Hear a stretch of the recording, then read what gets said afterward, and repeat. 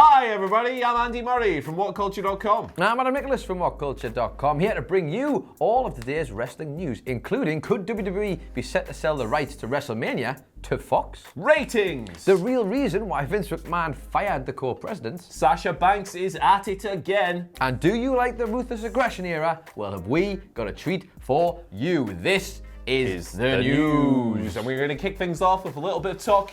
The fallout coming out of yesterday's financial reports from WWE and the earnings call that followed, particularly relating to the network. A lot of interesting stuff here. The biggest revelation relating to the network is that WWE are currently actively shopping the rights to their pay-per-views, their live pay-per-view broadcasts, to other major streaming platforms. This is very interesting. They're going to take live pay-per-views off the network, potentially put them on some other platform. This could have been spurred by the success that the UFC has seen by doing this with ESPN. Plus, maybe they've looked at that and gone, hey, there's more money to be made. Cheddar. Let's get that cheddar. Let's get more Scrooge McDuckin, and indeed, you know the next word.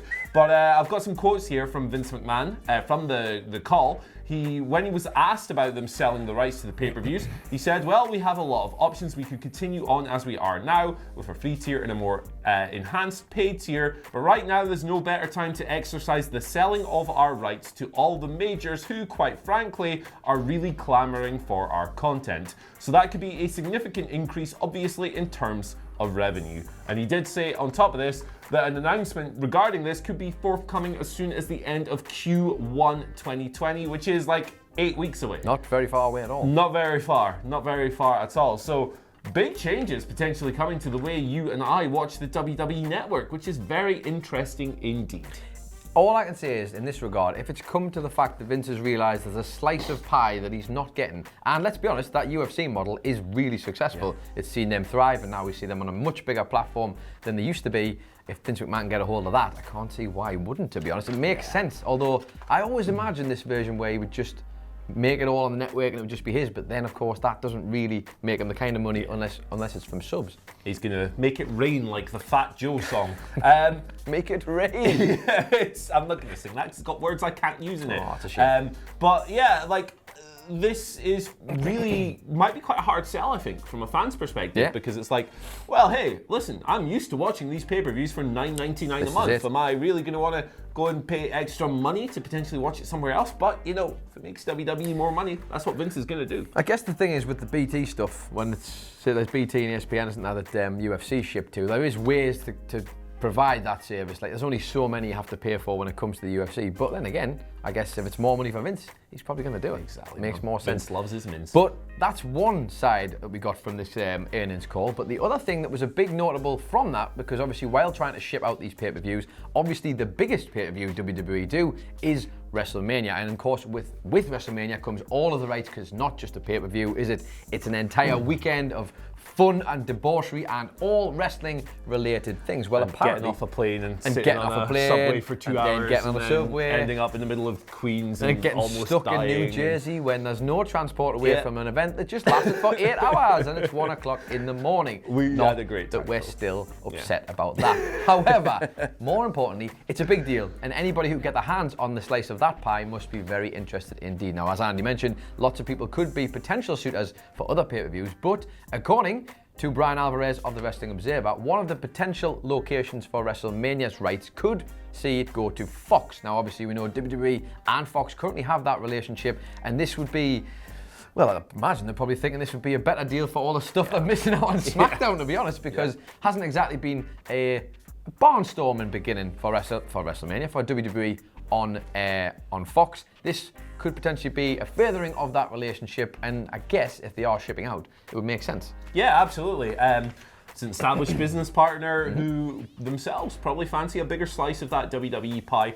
It remains to be seen whether or not, if it did go to Fox WrestleMania, if it would be free to air or pay-per-view. One would assume pay-per-view because, you know, they can make more money that way probably. But WrestleMania potentially going to somewhere separate from the rest of the pay-per-views is It's just another interesting business move. This is a really fun time to actually be following WWE's finances and chess moves behind the scenes. If you're not into that kind of thing, then it's not necessarily going to draw you in, but I'm fascinated by this stuff. It's the air of change, again, that's definitely kicking around. And I think we can obviously say that while he may have completely and fervently denied that AEW has done nothing to make WWE change the way they operate, I think that might be a lie. Yeah, let's get some more money in, baby. Indeed. We're all thriving, striving, and another word Conniving. that rhymes. There you go, and writhing in agony every time Ben Roy punches me in the face. Help me, I need saved. Okay. Moving on to the next We'll story deal with today. The Wednesday Night War ratings are in.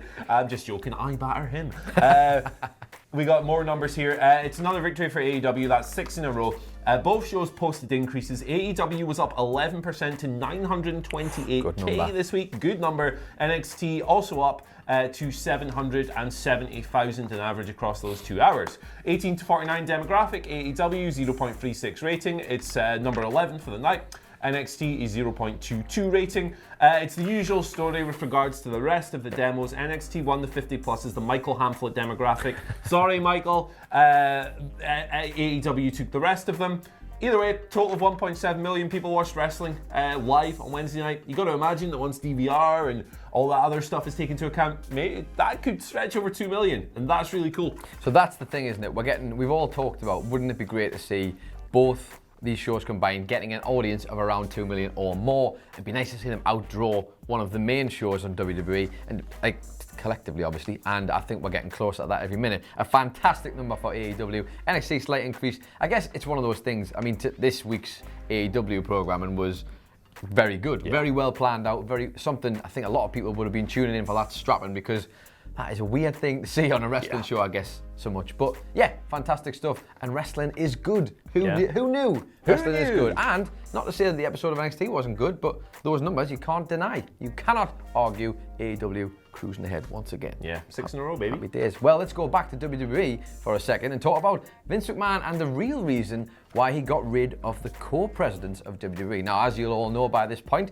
WWE obviously fired George Barrios and Michelle Wilson, who've been with the company for so very long now. Don't know the exact number. Probably should have researched Barrios that ahead was of time. something like 2008. We're talking like a long time. As long as you've probably known it, they've probably been there. Well, apparently this is all breaking down to a little bit of a disagreement. Now, we've heard that was unsettled between the three, I guess you'd call them, but according to Dave Meltzer of the Wrestling Observer, the real reason for this was financial disagreements. Now, Barrios and Williams there. Barrios and Wilson were of the opinion that maybe WWE should keep their finances tight and try and grow the company essentially from within rather than trying to ship out elsewhere and spending loads of money on things like trying to keep talent happy, etc. Vince McMahon was of a complete opposite opinion of this and was apparently so driven by the attempts to make sure that talent who were WWE contracted and non-contracted talent, keeping them as far away from All Elite Wrestling as possible. Hence, we've seen the surge of money, these 5-year contracts that have been poured out on, without any disrespect to wrestlers, C-card wrestlers. They're nowhere near the top of WWE's sort of priorities list. This is fascinating stuff. I guess it makes a lot more sense now, because if the boss and you are going to disagree, then it's not really going to work out for you, is it? Yeah, exactly. You got to get on with your boss, man. Like, I wonder if maybe, like, and this is just me speculating, potentially the thing they maybe had this irreconcilable difference over was perhaps this network stuff, because it's a pretty drastic change. I think that all these changes we're seeing now, I don't think it's coincidental that that has also followed the fact that these two got fired, because it's such a drastic change. We were all talking about how excited we were for this earnings call, because undoubtedly they're going to have to face some difficult questions, and now we're getting the answers. And at one point yesterday, stock was down again another 19%, so there's still a lot of uncertainty with regards to those personnel changes. You'd expect that to stabilize and go back up and so forth, but very interesting time if you're a WWE investor. By the sounds of things. Let's move on to Sasha Banks. She is at it again, and by at it, I mean working everyone. She loves doing that. She does. She was on Corey Graves After the Bell podcast. Just on him, just sat on his head. Like a little hat. And she was talking about WrestleMania 36. What does she have to say about WrestleMania 36? She wants to wrestle on the kickoff show so she can go home early. Of course. Of course. Here's the direct quote. You know, WrestleMania is so long. If anything, I would hope that we were on the pre-show just so I can get it done and over with. I'll probably still be making the same amount of money, and that's what it's all about. I want to make the most money. I want to be on the pre-show so I can get out of there. It's a long, long day. And then she said her specific goal for WrestleMania is to wear the most bomb outfit right next to my best friend's side as she defends her title against some loser. LOL. Big fan of this. This is obviously utterly ridiculous, but actually I'm all for her committing to this. And do you know what it is? Actually, when you think about it, if you were taking away the kayfabe stuff, if you were actually a wrestler and you could choose to just, you get in, you get your stuff done, that's it. You got nothing to worry about. Imagine being Becky Lynch, Ronda Rousey and Charlotte Flair waiting for 1 o'clock in the morning or whatever it was by the time they went on last year's WrestleMania. Yeah. Wouldn't be up for me, that. No. Not my cup of tea. I'll be awake for like 24 hours. Just too long. No, thank you. I get Lots up of at water. 1 a.m. Lots of water. I have a small bladder. Let me go to the toilet. Anyway, we're getting off track. Let's get to the next story that we have for you, because if you like the Ruthless Aggression era, well, guess what? Your name mustn't be Michael Hamflett, because that would be completely incorrect. The man loves the new generation. But for all of our Ruthless Aggression era fans out there, WWE, while the network's future may be in question, one thing that isn't in question is their documentary skills, and they will be bringing out a brand new documentary series all around the Ruthless Aggression era. Rejoice, it's going to be fantastic, I'm sure. Now, yes, it has some bad parts, but by the sound of things, they're going to be focusing on the good. Let me just give you the WWE official marketing blurb for the aforesaid documentary series. Famous for giving rise to the legendary WWE superstars like John Cena, Brock Lesnar, Randy Orton and Batista, the Ruthless Aggression era was also a time of remarkable innovation for WWE. The company introduced new concepts like the Elimination Chamber match and the Money in the Bank ladder match, and for the first time in its history, split the roster into two unique brands, Raw and SmackDown, and didn't that all work out really nicely? Now, this first episode of this will be airing on February the 16th, so that's where you can find the first one, and I will quickly just give you the list. We got 5 episodes in the bank. One is called It's Time to Shake Things Up. The second one will be all around John Cena, called Enter John Cena. Episode 3, all about Evolution. Episode 4, The Next Big Thing, Brock Lesnar. And episode 5, Civil War, Raw versus SmackDown. Very good stuff indeed. Love to see it. These documentaries are always awesome. Exactly. I don't even care what the subject is. They could make a 5-part docu-series about Vince McMahon's favourite brand of paper, and I would probably watch every minute of it. Actually be fascinated by that. That'd be probably quite good, actually, wouldn't it? He'd have Michael Scott-esque tendencies in there, I think. I could have thought of a lamer example. Coming to the network February 16th, is it? February 16th. Next Sunday, baby. Next Saturday, next Sunday. Yeah. Set your diaries. Not Sunday, but the Sunday after. Both dates in. The same day as Takeover Poland. Twitter questions. Should we do some of that? Let's do so. Oh, we should, because we got an angry phone call off Adam Wilborn. He basically said, there's going to be trouble in paradise. Yeah, he sent a promo to my phone, mate. It was raging. It was like prime Dusty Rhodes. It was fuming. Benjay, 1992, sorry Benjay, asks, with rumours that Undertaker versus Sting could possibly happen, what other two legends would you like to see square off again? For me, it would have to be Triple H versus The Rock. Oh, Triple H versus The Rock. Interesting. Well, I'll tell you what, I'll keep this simple. I think everybody in the world would like to see The Rock and Stone Cold go at it one last time, because of course they would. It's The Rock and Stone Cold, and imagine what that match would look like. Andy Murray, you've got a banter one in your pocket. I can see this already. So mine would be Brock Lesnar, who is a wrestling legend. Yes. Versus Hulk Hogan. Yes. In a shoot fight. Great. Literally, where do I sign up for this? And how quickly can I write my name on the... In all seriousness, I think Triple H versus The Rock would be awesome. Yeah, and I think that would probably be... It's a lazy answer because you've said it here, sir, but I think it'd be great. Like, they could do so much just fun sports entertainment, schmozzy stuff. I think it'd be loads of good. Fantastic. Loads of good. Jesus Christ. And next question comes from Scott Williams, who asks, if the Fiend, the Demon, Sting, and if the Fiend, the Demon, Sting, and the Undertaker had a fatal 4-way match at WrestleMania, spooky stuff, and they all got full entrances, how long would the show be? Oh, Jesus Christ. I reckon you're looking at a good 12 hours there, well, brother. That's at least 10 to 15 minutes per entrance there, isn't it, for them? That's a whole hour before they get to the ring. For a 6-minute match. For a 6-minute match. Well, the Fiend just beats everyone because, of course, it's the Fiend. In his monster truck. With his don't. I've only just recovered from the last time you mentioned that monster truck. Yes, it would be very long. The WrestleManias, it would have to split up into 2 days at that point, I think. I'm having 1 day alone for this goddamn match. Yeah. Going on until just 1 day. Going on until bloody 9 in the morning. Take a nap halfway through the Fiend getting his little lantern out. Oh, don't. All in red as well. I would kind of like to see the absurdity of that. Yeah, actually. me too. Just imagine how long that would take. It'd be fun. The last question comes from Cholo at Han Cholo. Hello. That's a really good Great name. name. Really Great good name. username. Who asks, Don't get cocky, kid. What are some finishers that you consider underwhelming? For me, it's Jordan Devlin's side suplex that he has been using recently. Well, I kind of like that one, I have to say. Although I find the name funny as well. Devlin's side, but it's Devil inside, eh? See?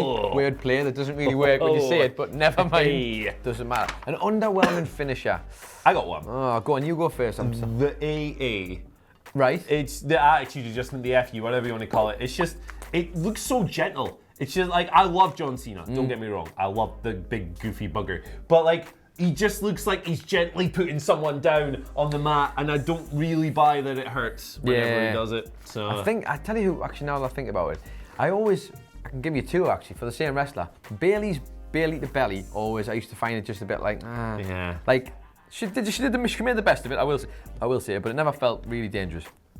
And equally, a new finisher, which is like the one that Dean Ambrose used to do before he couldn't do it anymore because Randy Orton was too tall. Like, that also doesn't do anything for me. The zigzag is another one. I got a couple from New Japan as well, actually. The Destino, Naito's finisher. Yeah, actually. It just gets kicked out of like 7 times in the match, and there is a difference between the 2 types he executes, but they're not presented as being different enough, and that's a problem. Also, his stablemate Sonata, the skull end is supposed to be a dragon sleeper with body scissors. He literally never has the guy in a choke.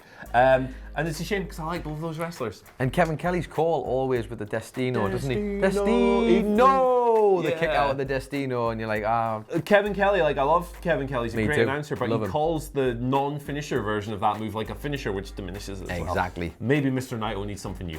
Anyway, thanks for joining us today. Yeah. We've been the men. We did the questions. We did the questions. We had time to do the questions.